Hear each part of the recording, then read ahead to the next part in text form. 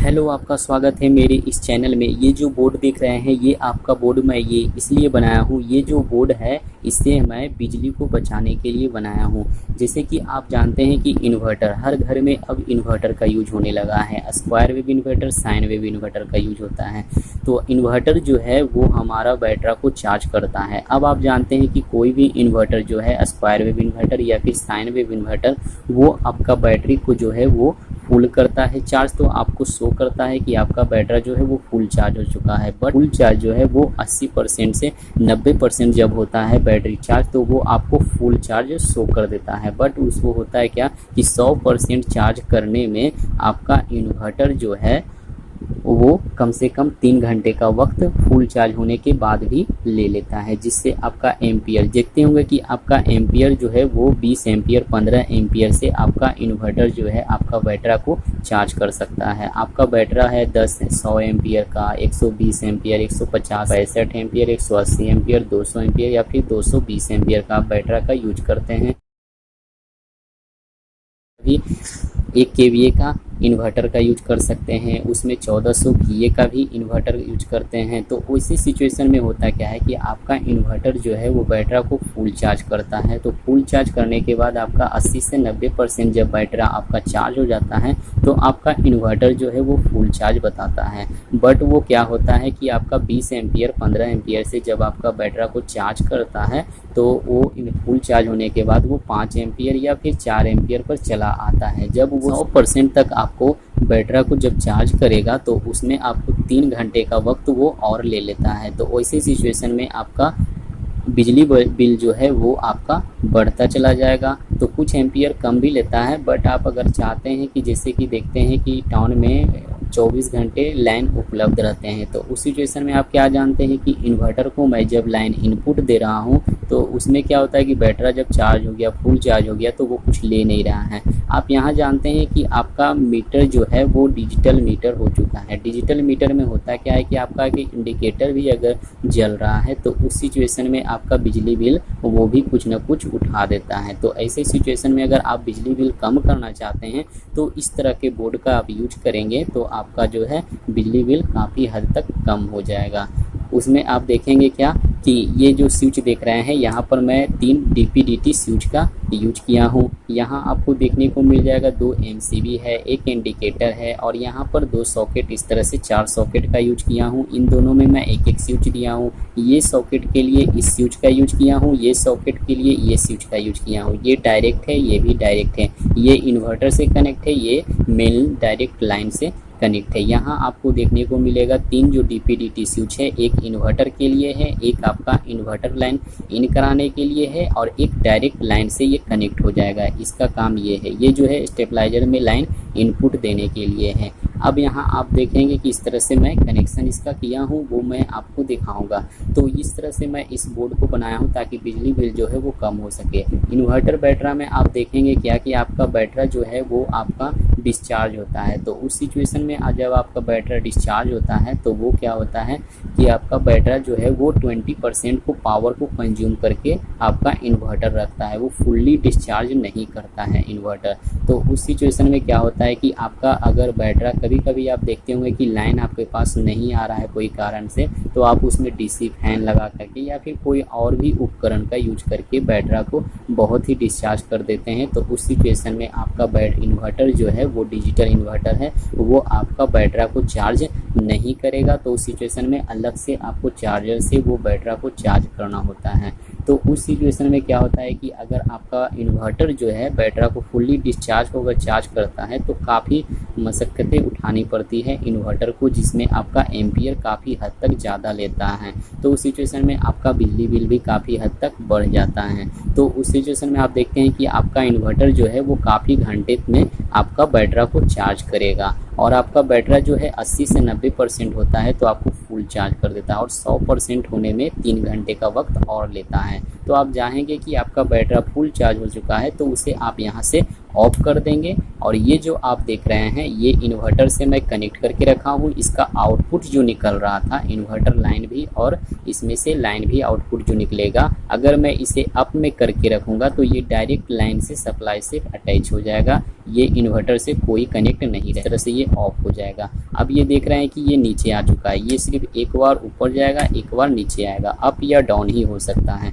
तो जब मैं इसे डाउन में करूँगा तो ये इन्वर्टर से कनेक्ट हो जाएगा। फिर आपका ये सॉकेट जो है वो आपका लाइन इससे कनेक्ट हो करके निकलेगा जहाँ इन्वर्टर से हो जाएगा। जब मैं इसे अप करूँगा तो ये डायरेक्ट लाइन को इन करेगा। अब मैं इसमें बताना चाहूँगा कि ये जो देख रहे हैं स्विच लगा हुआ है, तो ये DTDT स्विच क्या करेगा कि ये स्टेबलाइजर का, जैसे कि आप देखते हैं कि कभी कभी आपके घर में जो वोल्टेज 220 वोल्टेज जो आ रहा है वो काफ़ी हद तक कम हो जाता है, 100 वोल्ट आते हैं, कभी कभी ऐसा सिचुएशन होता है। तो उसमें आप देखते होंगे क्या कि स्टेबलाइजर की आवश्यकता पड़ती है। तो आप यहाँ पर एक स्टेबलाइजर का यूज कर सकते हैं। इसमें आप ये जो सॉकेट में लगा रखा हूँ ये 6 एम्पियर का सॉकेट है, जहाँ पर 1 से 2 kV का स्टेबलाइजर का आप यूज कर सकते हैं। ये 20 एम्पियर का एक DPDT स्विच लगा हुआ है। मैं आपको DPDT स्विच दिखाना चाहूँगा। ये जो है एक DPDT स्विच है, ये देखिए स्विच ये 3 बार ऑपरेट होगा, 2 हो गया, एक इधर 3 हो गया। तो इस तरह से बीच में ये जो है ये ऑफ है, यहाँ ऑन है, यहाँ ऑन है, ये और ये 20 एम्पियर का एक DPDT स्विच है। यहाँ आपको देखने को मिलेगा कि 2 थ्रो है और 2 इधर तक पोल है। तो इस तरह से ये इससे कनेक्ट होगा या फिर ये इससे कनेक्ट, ये जो है इससे कनेक्ट या फिर इससे कनेक्ट होगा। ये 20 एम्पियर का है।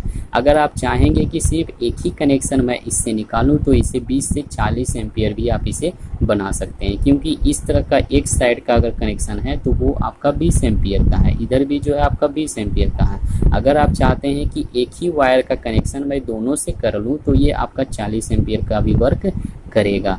अब यहाँ पर आप देखेंगे क्या कि जब मैं इसमें इन कराऊंगा लाइन को स्टेबलाइजर से तो वो स्टेबलाइजर से लाइन इसमें आएगा, और इसे जब मैं अप करूँगा तो वो स्टेबलाइजर से कनेक्ट हो जाएगा।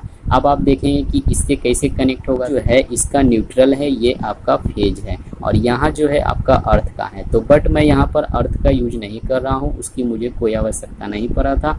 तो यहाँ पर मैं क्या किया हूँ कि इसी का जो आउटपुट निकलेगा स्टेबलाइजर का उसका कनेक्ट यहाँ से ले लिया हूँ, और न्यूट्रल वायर इसी से कनेक्ट कर करके मैं रखा हूँ। ये आपको बोर्ड में अंदर इनसाइड में दिखाऊंगा। और यहाँ से जो आउटपुट निकलेगा वो इस स्विच से कनेक्ट हो जाएगा, जहाँ आपका इन्वर्टर जो है वो स्टेबलाइजर से कनेक्ट हो जाएगा, जहाँ ये वर्क करेगा।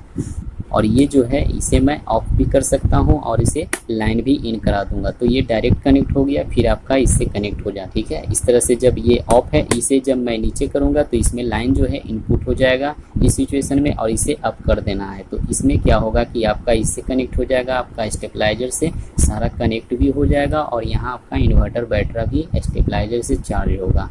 तो ये देखा आपने। अब यहाँ आप देख रहे हैं कि 2 MCB का यूज किया हूँ। जब मेन लीड इसमें इनपुट होगा तो उसके लिए एक MCB का यूज किया हूँ, और इन्वर्टर से जो आउटपुट होगा वहाँ पर एक आउटपुट के लिए भी मैं यहाँ पर MCB का यूज किया हूँ। बहुत सारे इन्वर्टर में MCB अगर नहीं लगा हुआ है तो वहाँ पर आप MCB का यूज कर सकते हैं, बट अगर बहुत सारे इन्वर्टर में अब साइन वेव इन्वर्टर है तो उसमें MCB का यूज किया हुआ रहता है, तो MCB यहाँ पर आप ना भी लगा सकते हैं। तो इस तरह से आपने ये देखा। अब मैं इसके इनसाइड का कनेक्शन को दिखाता हूँ। चलिए, तो देखें इस तरह से ये बोर्ड दिखाऊंगा। ये जो आप देख रहे हैं टॉप पिन, तो ये जो कनेक्शन है यहाँ आपको ये एक वायर देखने को मिलेगा। इस तरह से 2 वायर जो 2.5 स्क्वायर mm का वायर है, ये 1 स्क्वायर mm का वायर है, जो इन्वर्टर जो है वो आउटपुट यहाँ से निकलेगा, और यहाँ आपका ये दोनों में लाइन एक न्यूट्रल एक फेज के लिए है।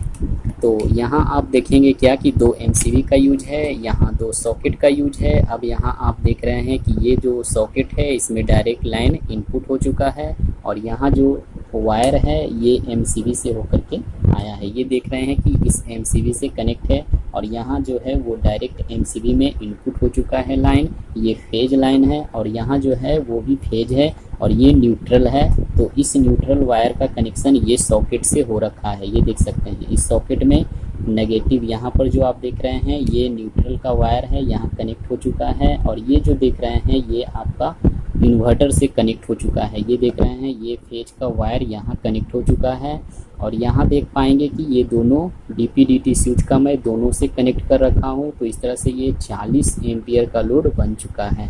यहाँ भी देख सकते हैं कि दोनों को मैं अटैच कर रखा हूँ इन्वर्टर आउटपुट निकलने के लिए। तो ये भी 40 एम्पियर का लोड बन चुका है। ये जो देख रहे हैं यहाँ पर इसमें एक डायरेक्ट जो है वो सॉकेट से कनेक्ट हो रखा है। इस तरह से अब देखने को मिलेगा, एक जो है ये इस तरह से 2 वायर निकलेगा, और ये जो देख रहे हैं एक मैं यहाँ पर टॉप पिन रख रहा हूँ, ये इन्वर्टर के पीछे इन कर देना है। तो ये क्या होगा कि आपका आउटपुट जो निकलेगा वो यहाँ से ये MCB में इन हो जाएगा। ये देख सकते हैं ये एक वायर MCB में इन हो चुका है और यहाँ से आउटपुट निकल चुका है, और ये आउटपुट वायर जो है ये देखें यहाँ पर आ चुका है, जो इन्वर्टर का लाइन इस टच होके इसमें आएगा। फिर अगर मैं इसे कट कर दूंगा, जब मैं इस स्विच को ऑन करूंगा यहाँ से, तो ये नीचे से भी कनेक्ट हो जाएगा। तो इससे ये दोनों का अटैच रहेगा। यहाँ से आउटपुट निकल रहा है, ये देख सकते हैं, ये इस बोर्ड में भी कनेक्शन इसमें जा चुका है, और यहाँ से ये कनेक्शन होकर के इसमें इनपुट निकल चुका है, ये देख सकते हैं। तो इस तरह से ये इन्वर्टर से अटैच हो चुका है, और ये जो आप देख रहे हैं ये सॉकेट जो है वो भी इन्वर्टर से कनेक्ट हो रखा है। इसका न्यूट्रल यहाँ मिल चुका है, ये यहाँ मिल चुका है, और यहाँ देख रहे हैं कि एक वायर इस साइड में कनेक्ट होकर अटैच है, ये बीच वाला इन्वर्टर से कनेक्ट है। यहाँ आप देखेंगे क्या कि एक सॉकेट जो लगा हुआ है जिसका कनेक्शन हो चुका है। अब यहाँ आपको देखने को मिलेगा ये जो है एक स्टेबलाइजर का मैं बताया कि स्टेबलाइजर को लाइन इन देने के लिए है। तो जब मैं इसमें लाइन को इन करूँगा और उसके बाद यहाँ आप देख रहे हैं कि इस सॉकेट से एक वायर निकला हुआ है बीच से, जो इसका अर्थ का वायर होता है, उस अर्थ के वायर को मैं यहाँ ला करके इस DPDT स्विच में कनेक्ट कर दिया हूँ, जो इन्वर्टर को ऑन करेगा। तो ये इन्वर्टर का सॉकेट है, और ये सॉकेट में यहाँ से इन्वर्टर का लाइन स्टेबलाइजर से भी कनेक्ट होगा, और ये मेन लीड आउटपुट से भी कनेक्ट हो रखा है। तो ये भी देखें, इससे एक वायर को यहाँ भी मैं कनेक्ट रखा हूँ, ये डायरेक्ट लाइन इसमें इनपुट होने के लिए। ये जो सब वायर जो आप देख रहे हैं ये 2.5 स्क्वायर mm का वायर का मैं यूज किया हूँ। और यहाँ पर देख रहे हैं कि मेन कनेक्शन जो है ये आपका इस तरह से कनेक्शन न्यूट्रल वायर है। यहाँ देख रहे हैं ये न्यूट्रल वायर ये इस तरह से यहाँ आ चुका है, और ये न्यूट्रल वायर यहाँ जा चुका है। और यहाँ जो आप देख रहे हैं फेज का वायर ये इससे होकर के ये MCB से होकर के यहाँ देख सकते हैं, ये MCB से यहाँ पर से आउटपुट निकल रखा है। ये देखें 2 वायर। अब एक जो वायर है ये पतला वाला वायर जो देख रहे हैं ये इस इंडिकेटर में है, और ये जो मोटा वाला जो वायर देख रहे हैं 2.5 स्क्वायर mm का वायर, वो यहाँ पर इनपुट हो चुका है ये सॉकेट में। तो ये सॉकेट से ये कनेक्ट है डायरेक्ट लाइन से। अब यहाँ देख रहे हैं कि ये सॉकेट से होकर के ये स्टेबलाइजर के लिए इनपुट इसमें आएगा, और ये जो सॉकेट से होकर के यहाँ पर चलाया है जो इन्वर्टर में इनपुट जाएगा। तो इस तरह से सारा कनेक्शन जो है वो कंप्लीट हो चुका है, ये देख रहे हैं, और ये वो भी कर रहा है। तो इसका मैं इसलिए यूज किया हूँ ताकि बिजली बिल को मैं कम कर सकूं। जब इन्वर्टर हमारा बैटरी को फुल चार्ज कर दे तो मैं उसे ऑफ कर दूं, और उस सिचुएशन में हमारा बिजली बिल जो है वो काफ़ी हद तक कम करेगा। तो इस तरह से इस बोर्ड को आप भी बना सकते हैं होममेड में, और इस तरह से ये देख करके भी आप इसका कनेक्शन सारा कर सकते हैं वीडियो को पॉज करके। 2 MCB का मैं यहाँ यूज। तो इसी तरह का मैं बहुत सारा वीडियो लाता हूँ, तो मेरा वीडियो पूरा देखें, और वीडियो कैसा लगता है वो आप कमेंट में बताइए, और मेरे इस चैनल को सब्सक्राइब कर लें, बेल आइकन को क्लिक कर लें, ताकि मैं इसी तरह का ढेर सारा वीडियो लाऊं उसका आपको नोटिफिकेशन मिले। तो वीडियो देखने के लिए थैंक यू।